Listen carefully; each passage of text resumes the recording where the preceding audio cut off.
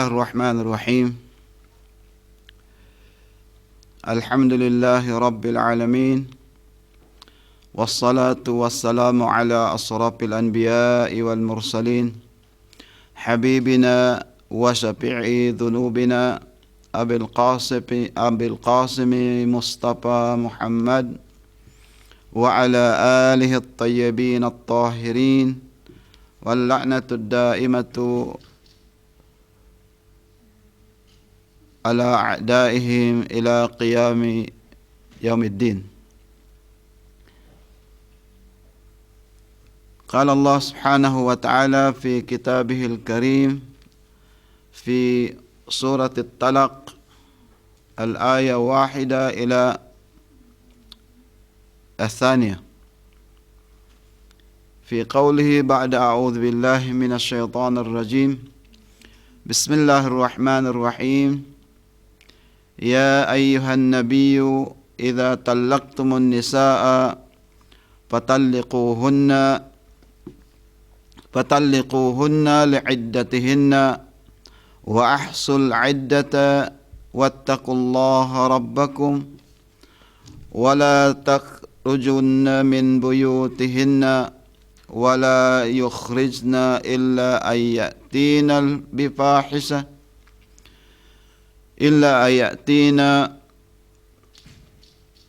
أن تأتين بفاحشة مبينة وذلك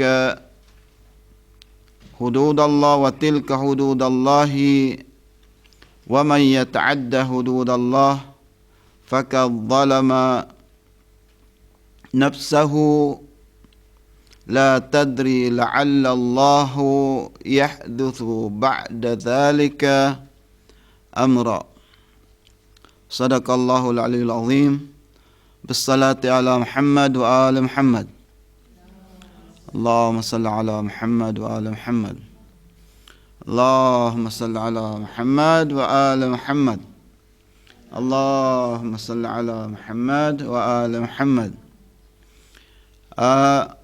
Unang-una, yung mga baguhan, no? Kasama na rin ang mga old students. Parang hindi natin alam ang kahalagaan ng salawat, no? Parang nahihiya tayo na ipalabas natin ang ating mga boses, di ba? Para sa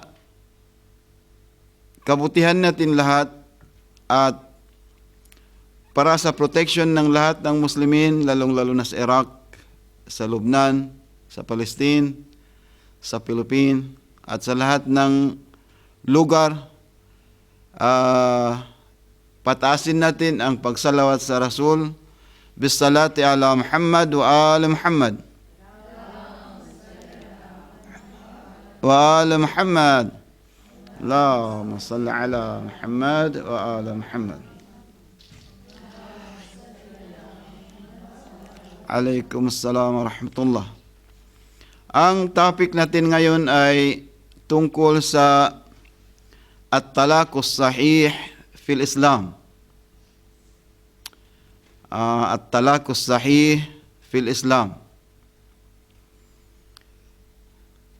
Itong topic na ito, no?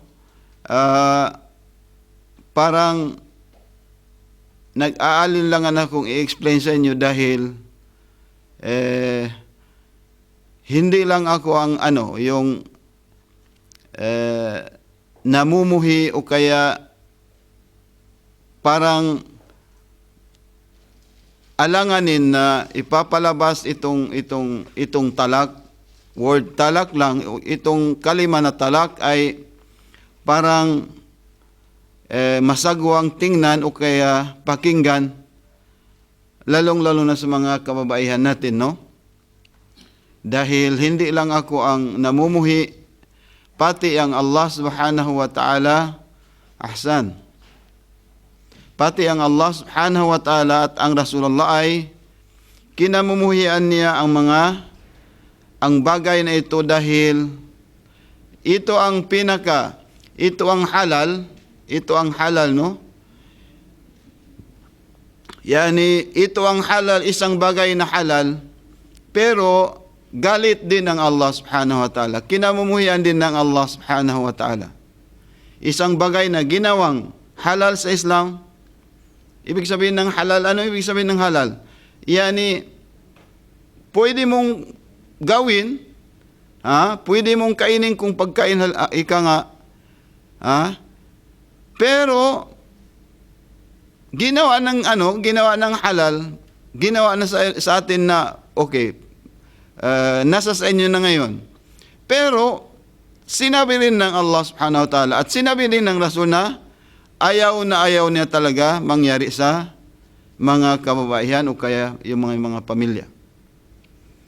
Subalit, kinakailangan din natin alamin dahil may mga batas sa Islam na ipinahiwatig o kaya inexplain ng ibang grupo ng Islam kagaya ng nabanggit natin itong lumipas na 3 araw. Meron silang iba't ibang pamamaraan o kaya batas kung saan ay hindi magkatugma sa sinabi ng Quranul Karim. Hindi din natin ma-blame dahil yun ang pagkaintindi nila sa batas o kaya sa Quranul Karim at saka depende rin sa mga riwayat o kaya hadith na dumating sa kanilang karunungan o kaya mga ilmo o kaya ulum na kung saan nila nakukunan o kaya nakukuha at yun din na ang na-explain nila at na-practice nila. Subalit, kung titingnan natin sa Quranul Karim,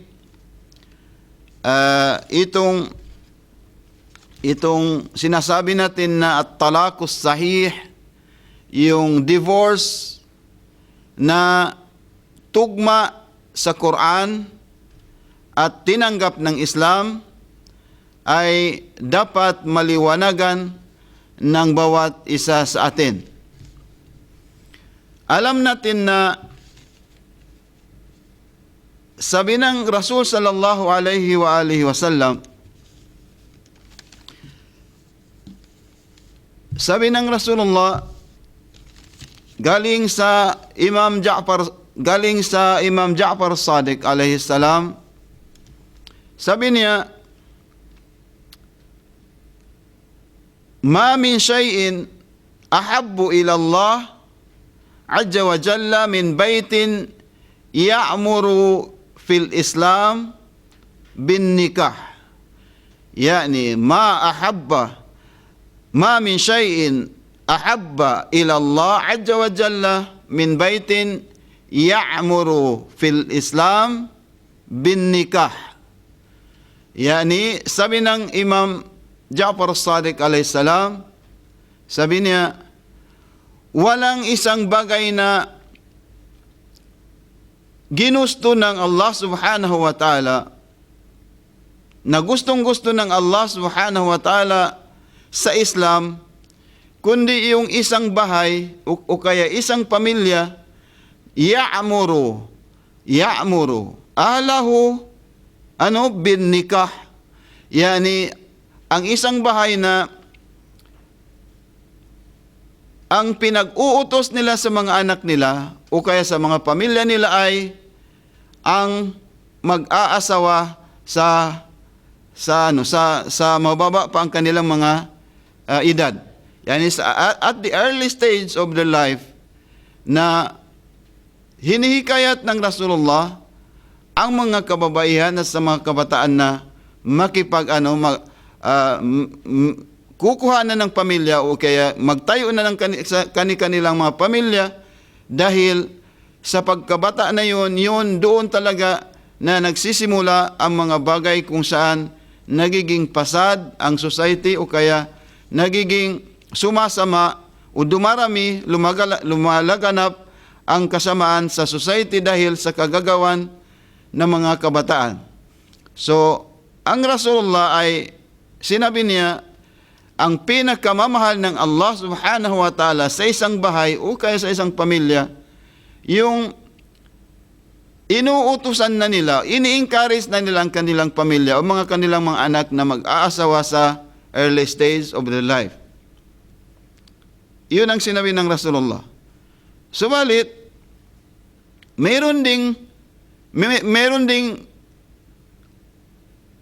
contradiction doon, o kaya meron ding opposition doon, o kaya merong opposite, o sa opposite side niyan ay, gaya ng sinabi ko kanina, walang isang bagay na ginawang halal, pero ayaw ng Diyos na mangyari. After na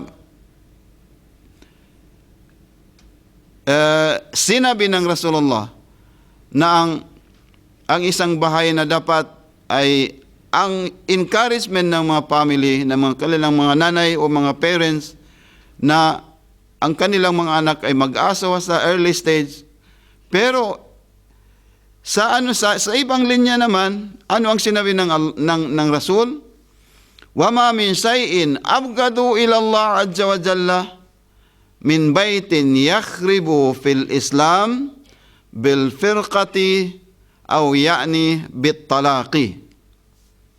Yani ahabbul halal ila Allah, abghadul halal ila Allah, ano 'yun? At-talaq. 'Yun ang sa shortcut ng hadith ng Rasulullah. Sabi niya, walang isang bagay na kinamumuhian ng Allah subhanahu wa ta'ala maliban sa isang bahay na pagkatapos nilang ginawa, binuo ang isang bahay na yan, tapos sisirain nila sa pamamagitan ng talak. So, ibig sabihin, after na ginawa mo, binuo mo ang isang pinakamagandang bahay, tapos ngayon, sisirain mo naman uli, dahil sa isang pangyayari na hindi natin dapat ginagawa. Dahil isa sa mga sunna o kaya practice ng Rasulullah ang pagpapatayo, ang pagbubuo ng isang pamilya kung saan sila ang magdadala ng Islam at magiging simbolo sa ibang tao o kaya ibang pamilya. Yani ang pamilya ng mga Muslim o kaya ang mga Muslim ay ini-encourage ng Islam na gumawa ng pamilya upang sa ganon, sa kabilang buhay, ay pwede tayong ipagmamalaki ng Rasul sallallahu alaihi wa alihi wasallam. Subalit, mayroong mga pangyayari na kung minsan nangyari sa atin, sa mga pamilya. Either through parents, sa ating mga magulang na kung minsan ayaw sa babae, o kaya yung lalaki naman, yung babae naman ayaw sa lalaki dahil sa mga iba't ibang mga syurut o kaya condition kung saan na hindi niya natagpuan sa bawat isa sa kanila. So, dito dapat alamin natin na unang-una, ang zawja o kaya yung babae ay isa siyang blessings ng Allah na pinagkitiwala sa isang lalaki. Inna zawjata min ni'amillah. Ang isang babae ay isa siyang ni'am. Yani, anong blessing sa Tagalog? Grasya. Isa siyang grasya ng Allah subhanahu wa ta'ala. Matatagpuan natin dito sa mundo. Sabi ng Rasul sallallahu alaihi wa sallam, inna dunya kulluha mata'un. Itong nandirito ngayon sa dunya, kung ano man ang gustuhin natin, pinakamaganda o kung minsan pinagsisikapan natin maabot para lang siguro purihin tayo ng isang tao, ng tao, o kaya upang masabi natin sa ating sarili na successful ako sa life ko dahil naabot ko ang isang situation o kaya isang level na pwede akong tingalain ng ibang tao. Di ba? Ang lahat ng ipinunda natin dito, pinagsikapan natin, nakagawa tayo ng isang bahay na malaki. O nakabili tayo ng mga sari-saring sari-saring mga sasakyan. O kaya yung bagay na mag-contribute sa successful family. Pero anong sinabi ng Rasulullah? Inna dunya kulluha mataun. Kung ano man ang naipon natin dito, lahat dito sa dunya, yan ay mata. Ang ibig sabihin ng mata, nawawala yan, nawawala. Material lang yan. Lahat yan ay decoration lahat. Decoration lahat. At maiiwanan natin, no? Ngayon, okay sana kung halimbawa, isa kang tao na meron kang legacy na maiiwan. Halimbawa, ang legacy gaya ng yung Rais. Ano yan? Leader ng Hayatul Imam al-Hussein al-Khairiyah. Yan Imam Hussein Foundation. Kung saan sa Lubnan, sa Iraq, sa Philippines, kung saan umabot ang kanyang programa. Yung program na pagbibigay ng halimbawa sa mga orphans, pagbibigay ng mga yung mga sustento sa mga madaris, sustento sa mga nagtatablig. Ilan ang mga endowments na nagawa sa iba't ibang bansa. Pero kagabi, nasaan siya ngayon? Isang matandang tao na wala siyang asawa, wala siyang anak. Wala siyang anak, no? Kaya yung mga walang anak ngayon, huwag kayong ma-discourage. Humanap lang tayo ng isang legacy na maiwan na natin. Magiging magiging yan paunnas. Yan, magiging legacy niyon natin yun para sa mga sangkatauhan. Saan siya nagpunto, wala siyang anak. Nung kakaroon siya, sabi niya, tumatanda na ako, wala akong anak. Nakapunta siya sa Lubnan. 1,000 ngayon yung mga orphans nagiging anak niya. Nagiging anak niya ngayon sa Lebanon. Ang daming nagiging yung Aitam, siya ang nagsusustento sa mga orphans, mga mubaligin. Kasali na rin ang Pilipinas. Meron din silang ibinibigay sustento para sa mga orphans. Sa Pilipinas, more than 265 ang orphans sa Pilipinas, the whole. Isang taon na isang matanda, walang anak. Pero ang dami ngayon ng anak niya. Nagiging legacy na yon. Ang head ng Imam Hussein Foundation, charity organization, ay si Haj Hassan Habib Sultan. Siya rin ang nagiging dahilan ng nakapunta ang karamihan sa mga student ng Pilipinas sa Iran para mag-aral. Maliban lang kami, kasi kami ang nauna, nagiging NPA kami. After conference, hindi kami umuwi, nag-escape kami pumunta sa Qom para mag-aral. So, wala kami doon. Pero, yung pamilya namin, sila rin ang nagbigay ng ticket. So, more than 50 students na nakapunta sa Iran dahil sa kanya. Pero ngayon, saan na siya? Ngayon ang tashiya. Yani yung, yan? Anong tashiya sa Tagalog? Yung ihahatid sa, ihahatid sa cemetery. Anong tawag doon sa Tagalog? O paglilibing. Ayun. Pero mayroon tashiya. Yani parang ipaparid siya ngayon. Procession, oo. Galing sa kanyang bahay, Imam Hussein, papunta sa cemetery. Kagabi siya namatay. Kagabi. Diba? Pero anong naiwan niya? Wala siyang anak na biological child, wala. Ang dami na ngayon anak sa dunya dahil sa kanyang ginagawa. Kung ganun sana, magiging legacy natin, walang problema. Yun ang gustong-gusto ng Islam, na magkakaroon tayo ng ng legacy para sa sangkatauhan. Pero ang nagawa niyang lahat ay pwede nating sabihin, inna dunya kulluha mataun. Yan ay decoration lang natin. Kung hindi, magiging dahilan na ikaka-spread ng Islam. Mata, ibig sabihin, yung mga decoration dito sa dunya, material things na naaabot ng tao, pero naiiwanan din natin, no? mayroong isang bagay sinabi ng Rasul, wa khairu mata'id dunya al-mar'atus salih. Ha? Yun na nga, sabi ng Rasul, decoration lang yan. Ang lahat ng kahit anong naabot mo, naging presidente ka o ano man, pero maiiwanan mo rin. Diba? Ganon din. Ang pinaka-decoration na nagustuhan ng Islam ay yung isang babae na saliha. Yani kahit saan, isang babae kahit saan siya naruroon ay nandoon pa rin ang Allah subhanahu wa ta'ala sa kanyang puso. Yani isang modelong babae na nagiging model, nagiging simbolo para sa iba. Di ba? So yun ang sinasabi ng Rasulullah. Sabi na, inna zawjatan min ni'amillah. Yani ang asawa o kaya ang babae ay isang grasya ng Allah sa mga manusia o kaya sa sangkatauhan. So,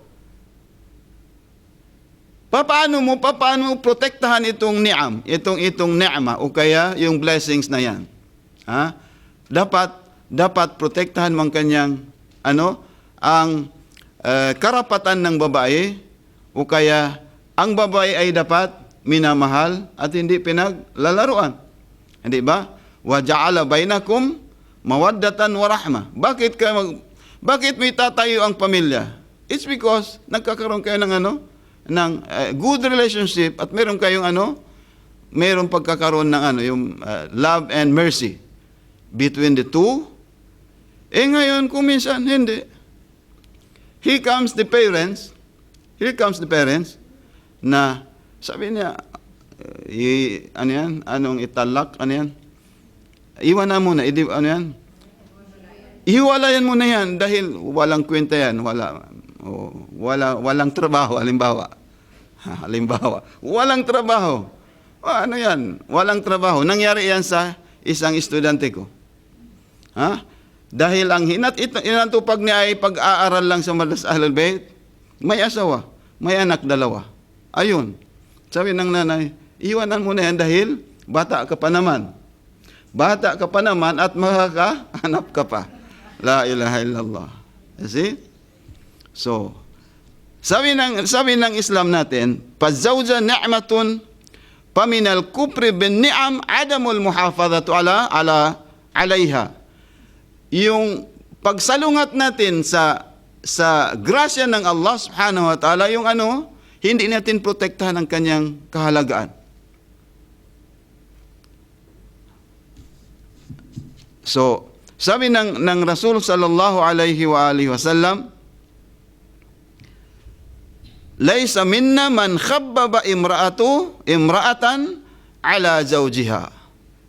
Yung mga babae, yung nanay natin, kapatid, tatay, sabi na, hiwalayan mo na yan. O kaya kapatid, mayroon akong kaibigan na siya na lang ang anuhin mo. Hiwalayan mo itong nauna, kunin mo yun dahil yun parang mayaman o anuman. So sabi ng Rasulullah, laysa minna man khabbaba imra'atan ala zawjiha. Yung i-insinuate mo o kaya maglalagay ka ng situation wherein na magiging separation ng bawat isa sa kanila. So sabi ng Rasul, hindi yan sa amin. Hindi yan Muslim ang mga tao ganun. Diba? So iwasan natin. So yung itong mga babae naman at mga lalaki na dahil bata pa nga, 15 years old, ganun, or mama's boy, or ano man, o sinunod ang kagustuhan ng tatay, o kaya nanay. So, sinabi ng Islam natin, ano ba ang mga syarat, o kaya kondisyon kung saan pwedeng magiging sahi, o kaya pwedeng katuparan natin ang na yan, ang paghihiwalay na yan ay magiging totoo, kaya magiging sahih sa Islam. Ang unang-una, ang syurut o kaya kondisyon para magiging sahih ang talak o kaya paghihiwalay ng dalawa, unang-una, gaya ng sinabi natin kanina, marami talagang hadith, takassarat ahadithil warida an Rasulillah wa an ahli baitihi ad-dalla ala karahati talaqi zawja. Maraming hadis na nabanggit ng Islam ng mga sahabat na nauukol sa ang paghihiwalay ay hindi gusto ng Islam natin at hindi gusto ng Allah Subhanahu wa Ta'ala at ang Rasulullah. Lalong-lalo na yung mga mag-asawa na halimbawa nagkakaroon sila ng ugnayan na mabuti. Meron silang good relationship. Pero dahil sa kagustuhan ng parents lang at dahil ayaw ring masaktan ng babae o kaya lalaki ang kanilang pamilya, iyon sinunod ang kagustuhan ng family. Sinabi ng pikhi natin, sabi niya, especially yung may mga mula'ima bainal at zawjain. Yani meron silang pagkaka-understanding between the two, husband and wife. Tapos here comes third person na yun ang magiging dahilan ng kanilang paghiwalay. Yun, sabi niya, yun ay hindi gusto ng Allah at hindi din gusto ng Rasulullah sallallahu alaihi wa alihi wasallam. Kagaya ng sinabi natin kanina, ma min halalin abghadu ila Allah illa bit-talaq. Halal na hindi ayaw kinamumuhian ng Allah ay yung pag-separate ng dalawa. Isa, pangalawa, yastaritu fi sihhati talaq ay yakuna az-zawj al-mutallaqa baligan. Of course, walang taon na nag-aasawa na kung hindi siya dumating sa age of puberty. Yani kung hindi siya balig, di ba? Kung hindi siya at least 15 years old ng lalaki, at least 9 years old naman ang babae, di ba? Meron ba ganun o wala? Meron. Meron akong nasaksihan sa Sulu. Dumating lang ang dahil mga malalaking pamilya, 8 and 6 months yung babae. Lumakad ang pamilya ng isa, Hindi natin pwedeng parang inanuhan lang, ang tawag doon, engagement, no? Hindi. Ginawa talaga. Ginawa talaga. Ginawa ang yung ceremony ng marriage. Sa Sulu yan, sa Sulu, sa amin. Sa? Ibig sabihin, nangyari itong batas dahil nangyayari ito sa mga tao, no? Nangyayari. Hindi ito mabuo itong batas kung hindi nangyari sa panahon man ng Rasul, after Rasulullah, or hanggat sa itong kapanahonan natin. Nangyayari talaga yan.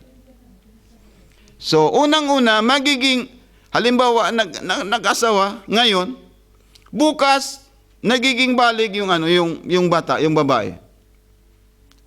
Or, bukas, nagiging balig ang lalaki. Yani, nagiging 15 na bukas ang lalaki. Ngayon, pwede ba silang maghiwalay o hindi? Sabi ng pikhi natin na isa sa mga syarat o kaya kondisyon ng magiging sahi ang talak ay dapat ang lalaki ay aqilan. Dapat meron siyang isipan, no? Dumating na siya sa age of puberty. Hindi yung dupang. Anong dupang? Majnun. Hindi yung yan?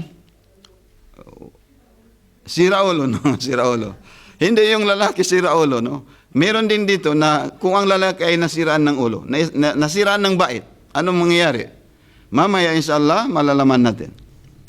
So unang-una dapat ang lalaki ay baligan.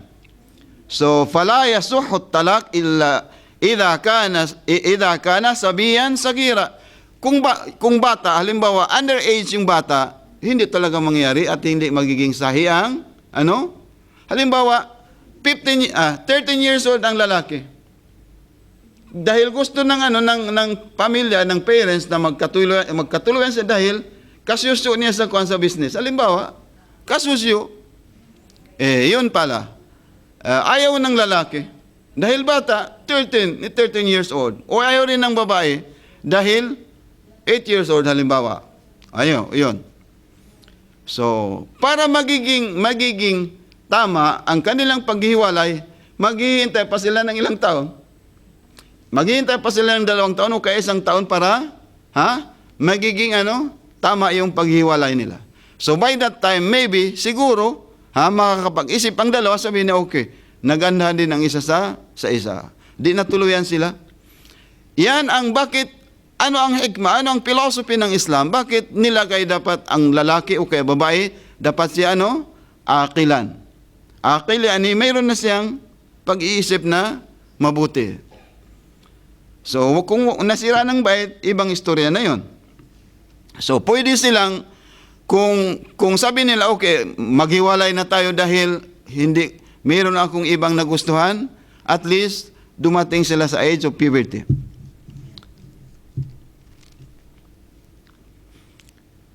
Pero halimbawa, hindi dumating sa age of puberty, pero mumayyeds. Ano ibig sabihin ng mumayyeds? Ibig sabihin ng mumayyeds, kung ang bata ay 8 years old, babae, o kaya yung lalaki na 13 o 12 years old, alam na niya kung saan ang mali at saka ang tama. Pero kinonsider na yun ng Islam. Sabi niya, pwede na. Subalit, kung maaga pa, dapat hindi nila gagawin. Ihtiyatan luzumi. Ihtiyatin luzumi. Yani, kinakailangan talaga na hintayin yung panahon na magiging balig o kaya magiging dumating na sila sa age of puberty. Ano ang puberty sa Tagalog?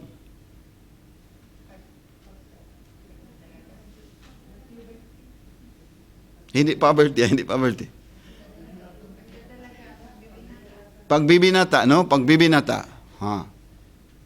Pagdadalaga at pagbibinata. Okay. Ahsan. Sallu ala Muhammad wa ala Muhammad.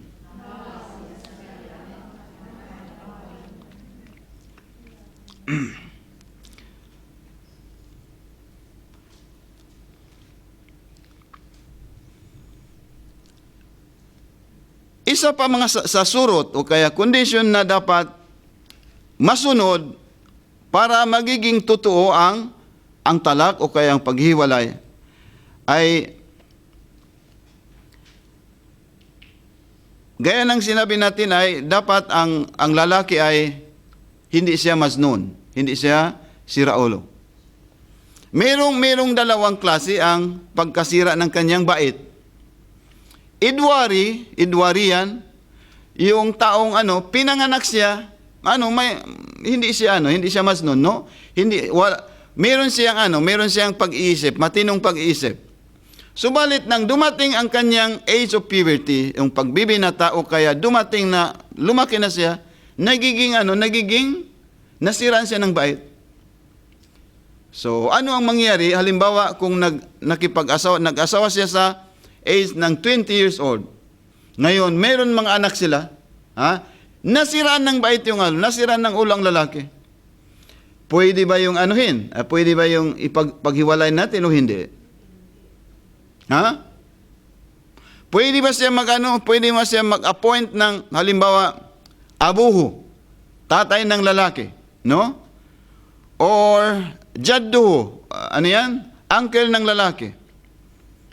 Or pwede ba siyang pumunta sa hakim o syar'i o kaya sa barangay para paghiwalay ng dalawa? O hindi? Sa Islam, sa talakus sahih, ang patakaran ng Islam, halimbawa, nag-asawa siya ng 20 years old, hindi siya, matinong tao siya, no? Subalit, kinalaunan, nagiging masnun. So, ngayon, ano pang silbi ng isang? Kung minsan, delikado na sa mga merong asakwan sa bandang Visayas. Tatay, nanay, at saka 3 anak, pinatay ng kanyang asawa na loko-loko. Itong nabasa ko, itong pinalabas sa TV Patrol, siguro mga 3 months or 4 months ago. Yan, sa bandang Visayas. So, yung sa ganong situation, ano kaya ang gagawin ng isang pamilya or both family?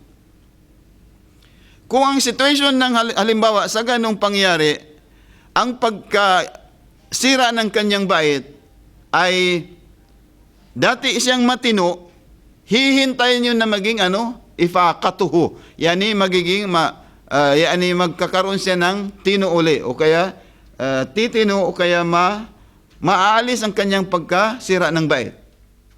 Maaalis. So sa panahon na yon, kung halimbawa kasi sa panahon na nasisiraan siya ng bait, walang pwedeng makapaghiwalay sa kanila.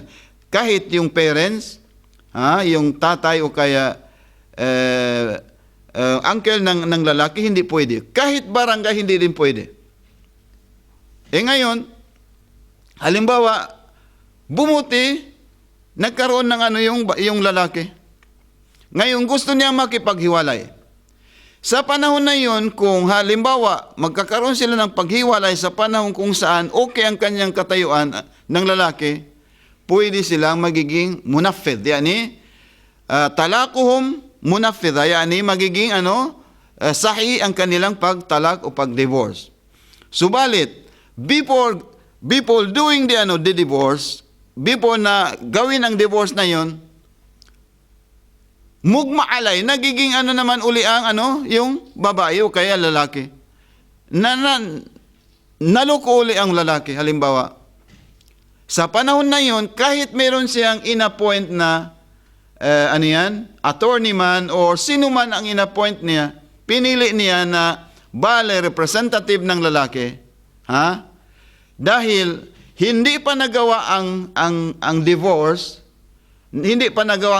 nagkaroon siya uli ng ganong problema. Hintayin uli ang kanyang hintayin siya muli na magiging okay ang kanyang situation. Walang pwedeng makikipaghiwalay sa kanila. Pero isang condition, kung hindi siya magkakaroon ng problema sa society. Gaya ng sinabi ko kanina. Law kana fihi maslaha, kung mayroong benefits na makukuha sa paghihiwalay ng dalawa dahil nagiging dupang, nagiging sira ulo ang kanyang asawa, pwede yung gawin ng dapat galing sa pamilya, sa lalaki, tatay, at saka mayroon ding representative galing sa babae, at yung hakim as-syar'i. Hakim as-syar'i, yani yung barangay man, or kung Muslim halimbawa ang bansa na yan ay with the presence of that imam o kaya ustad. So pwede nang gawin kung fihi maslaha sa pagitan nilang dalawa. Na alam niyo kung anong maslaha? Yani kung ang paghihiwalay nila ay magiging dahilan na ikakabuti ng dalawang pamilya ng mga anak, dapat pwede na yon. Pero kung wala namang problema, hindi naman nananakit ang na lalaki, hindi yun magiging sahi ang kanilang paghihiwalay. Ano pa ang syarat na dapat iriaya natin o kaya sundin ng bawat isa sa atin? Halimbawa, yung lalaki, lasinggo. Halimbawa na sakran, yung lalaki na, alam mo naman kung yung palainom, lasinggero. So umuwi sa bahay, nakipag-away sa kanyang asawa, hindi nagkakaroon sila ng alitan. Gusto makipag-hiwalay ng lalaki. Pwede ba yun o hindi?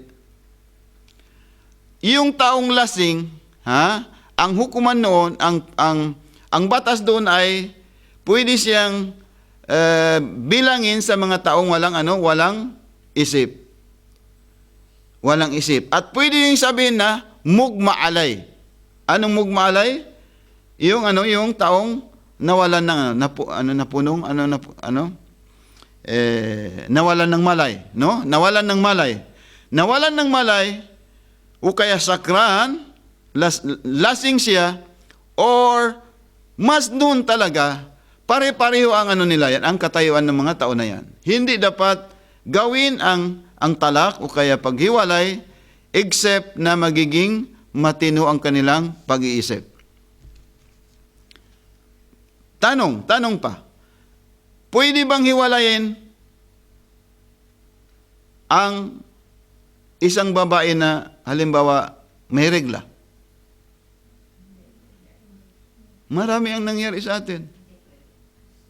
Marami ang nangyari sa atin na kahit may regla at saka buntis ang babae, may regla or buntis, marami sa atin ang ginagawa, pinaghihiwalay pa rin ng mga barangay kapitan. Di ba? Sa atin yan.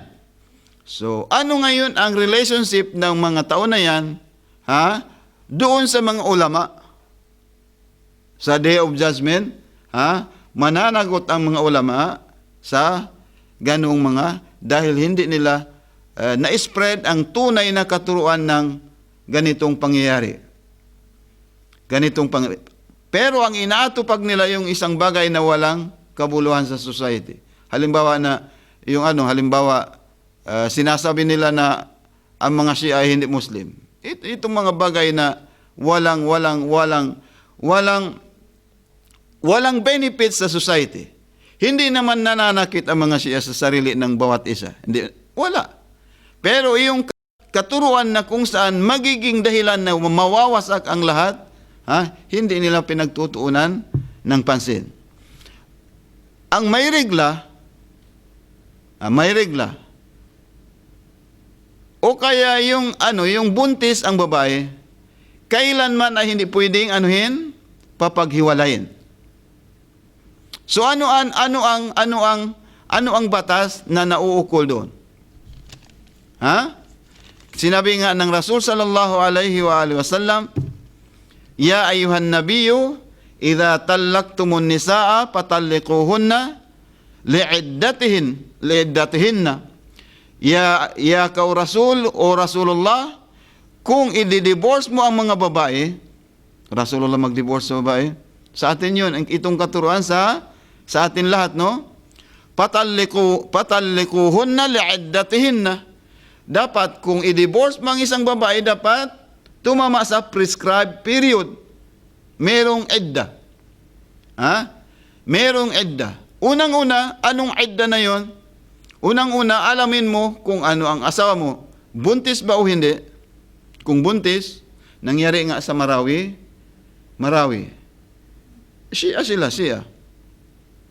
Shia. At ang isa ay nakapag-aral pa ng nasa madrasa. Iwan ko kung kapatid natin sa Marawi. Tumawag yung babae sa akin. Sabihin na, ano bang hukuman nito? Bakit ganito, ganyan? So, nagka-problema. Yun din kaya nga sinabi natin na hindi sapat na magiging followers ka ng isang ideology kung hindi mo siya pag-aaralan. Hindi yun sapat. Bilang Muslim, hindi din sapat sa'yo na marunong ka na sa pagsala. At marunong ka na, halimbawa, marunong ka na mag-fasting. No. Dapat alamin natin ang bawat isa. Judge in ang ating buhay. Yung bawat isa ng ating buhay dapat alamin natin para maitugma natin sa patakaran ng Islam. So, sinabi ng Allah subhanahu wa ta'ala, dapat kung hiwalayan natin ang ating mga asawa ay dapat mayroong siyang idda. Halimbawa yung may regla, paano siya hihiwalayan? Sinong nakakaalam? Sinong nakapagbasa na siguro na marami na kayo or marami na kayong anak? Hindi ako. Kasi hindi yun. Sa mga babae lang, no? Yung may regla, Yung may regla, no? Ano ang, kailan pwede siyang anuhin? Hiwalayan. Of course, dapat, makapaglinis na siya, di ba? Dapat makapaglinis na siya. Ano ka mo? Dapat makapaglinis na, antakuna nakiyan. Hindi ba? Dapat malinis na ang babae, nakapaligo na siya, pero hindi din yung sapat, no? Hindi din sapat. Dahil mayroong ano ang sinabi ng Islam? Dapat hintayin mo ang tatlong buwan. Talliquhunna li'iddatihinna. Dapat mayroong prescribed period na dapat kung kailan mo pwedeng hiwalayan ang isang babae. Halimbawa, nakapaglinis ang babae. Pagkatapos, lumapit ang kanyang asawa at hiniwalayan ang babae. Pwede yun o hindi? Hindi yung pwede. Hihintayin talaga yun na magkakaroon ng uli ng pagre-regla ang babae. Pero hindi lang isa. Hindi lang isa. Dapat pangalawa at pangatlo. Ano ang philosophy behind? Ano ang philosophy? Bakit ginawa ng Islam na ganon? Security ng babae, unang-una. Pangalawa, baka magkakaroon pa ng katinuan. Mayroon pang solution between the two couple. Di ba? Yun. Kaya nga sa Islam, ito ang pinaka-major topic natin na dapat alamin ng bawat isa sa atin. Ang major issues sa divorce ay itong hadith na yung talak o kaya divorce na three times, tatlong beses, dito ang difference between the two madhab, between the Ahlus Sunnah at saka followers ng Ahlul Bayt. Alam ba ninyo kung paano nagiging Shia ang Islamic Republic of Iran? Dahil dito. Dahil sa mas'alatul talaq. Yani, itong problema ng divorce. Yung sultan noon, na dahil sa siguro dulot ng kanilang galit, naghiwalay sila ng kanyang asawa. Gusto niya magbalik. Gusto niyang magbalik na balikan yung king sa kanyang asawa.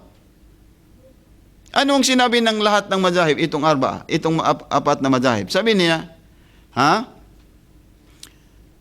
paano ba kayo naghiwalay? Na yun, sinabi ng sultan, sinabi ko, kasi ang katuruan sa kabilang linya, ang sabi nila, kung bigkasin mo ang word talak na 3 times,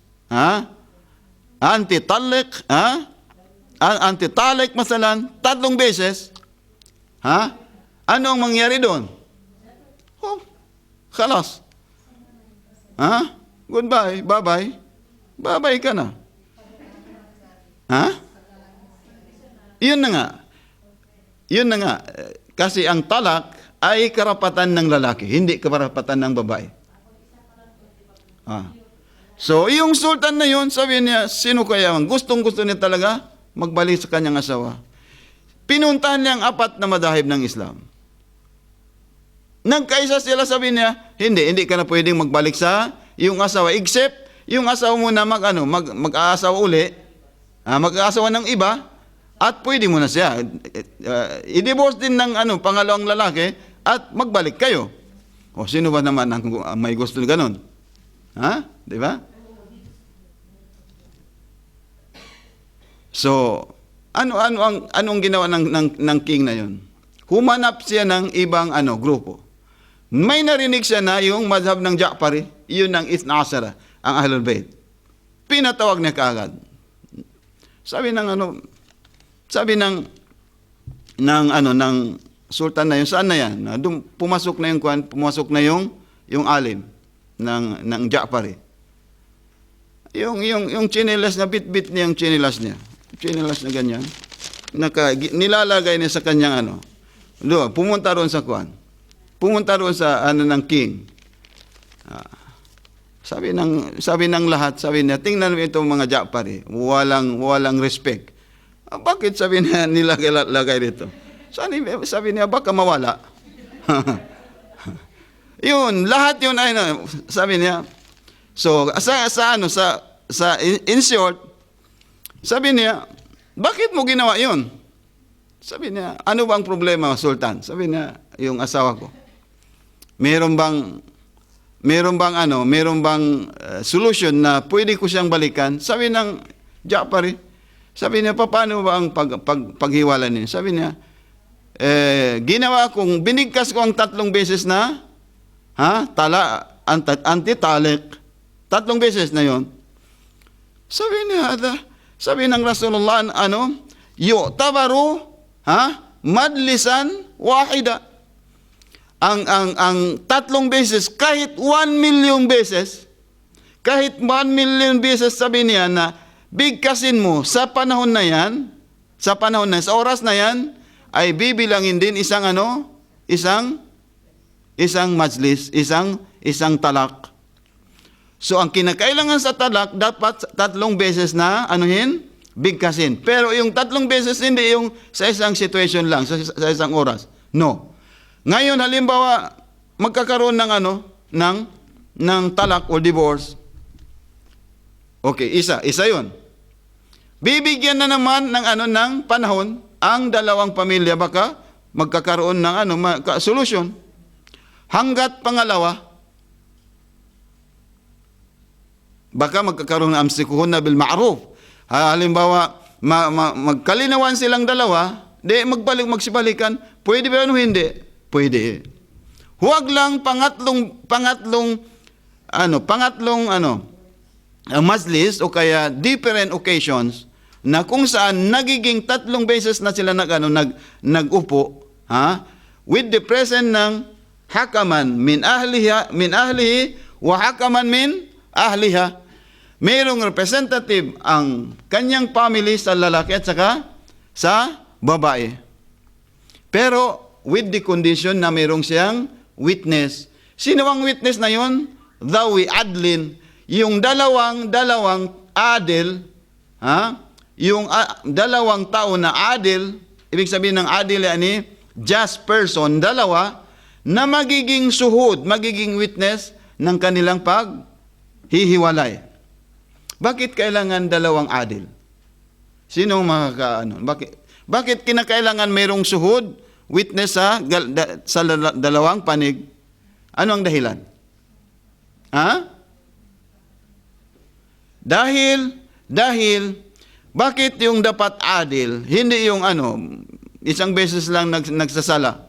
Dapat adil dahil, baka magawan niya ng paraan na magkakaroon ng relationship yung dalawa. Magkakaroon sila ng solution dahil i-convince nila ang dalawa na magkakaroon ng isolve yung solution na yun. Isolve ang problema na yun. Hanggang 2 beses. So, bibigyan sila ng pagkakataon. Pero kung pangatlong beses na nag-upo sila, 3 majlis na with the presence ng both side, isa sa kanila, sa babae at sa kalalaki, kung mangyari ang pangatlong beses na yun, yun na, wala nang dahilan na pwede sila magsibalikan. Wala na. Except, mag-aasawang ibang lalaki ang babae, saka pa lang pwede niyang balikan ang kanyang unang lalaki. Na yung sultan hindi, isang beses lang, sabi niya, kunin mo ang asawa mo uli, asawa mo siya. Yun ang dahilan. Ano ba sabi niya ang madhab mo ngayon? Ano ang madhab mo ngayon? Sabi niya, kami ay 12 imamiya. Kami ay 12 years. Sumasama kami sa 12 imams after Rasulullah sallallahu alaihi wasallam. At iniisa-isa niya, Imam Ali hanggat sa 12 imam na Imam Mahdi. Sabi na, ano bang hukuman kanina? Bakit Bakit ginawa mo yung yung sapatos? Kasi noong una ang tumayo madhab ng Shafi'i. Sabi niya, ang walang respeto sa ganito ganyan. Sabi niya, okay. Sabi niya, ginawa ko yun dahil baka mawala ang sapatos ko. Baka mawala, sabi niya, bakit mawawala? Yun ang niya, ang gist, ang importance doon, sabi niya, anong itong apat na madahib? Naabutan ba nilang Rasulullah? Hindi. Naabutan nilang Rasulullah? Hindi. Hindi man. So ang dahilan, bakit niya yun dahil yung hukuman o kaya yung batas na inexplain ng apat na yun sa sultan ay yung batas na ginawa ng kanilang sa kanilang opinion o kaya interpretation sa kanila. Pero yung sa Ahlul Bait, hindi. Kung ano man ang sinabi ng Quran, yun talagang ipapalo. At yung sinabi ko kahapon na silsilatul dhahabiyah, yani walang putol. Ang linya ay hindi talaga napuputol up to darating sa Rasulullah, at galing sa Rasulullah, galing yun sa Jibrail, at ang Jibrail ay galing sa Allah subhanahu wa ta'ala. Yung change of narration ay hindi napuputol. Continue yun hanggat umabot sa Rasulullah sallallahu alaihi wa alihi wasallam. So nagkakaroon ng ikhtilaf o kaya different opinion dahil sa interpretation ng bawat isa sa isang grupo. So ang marriage, yung at-talaqus sahih fil Islam, yun, kahit nga sahih siya, halal siya, pero iniiwasan talaga ng Islam na huwag mangyayari sa pamilya. Dahil ang pamilya ay gusto-gusto ng Rasulullah na ang bawat isa sa atin ay magkakaroon ng family para hindi makagawa ng pasad sa society o kaya ng kasamaan sa loob ng society. Inshallah subhanahu wa ta'ala, kung mayroon kayong question, inshallah, hadir. Ana hadirun an ujibakum inshallah. Sallu ala Muhammad wa ali Muhammad.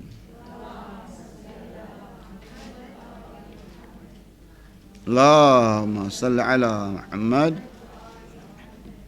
Allahumma salli ala Muhammad wa ali Muhammad wa ajjal farajah.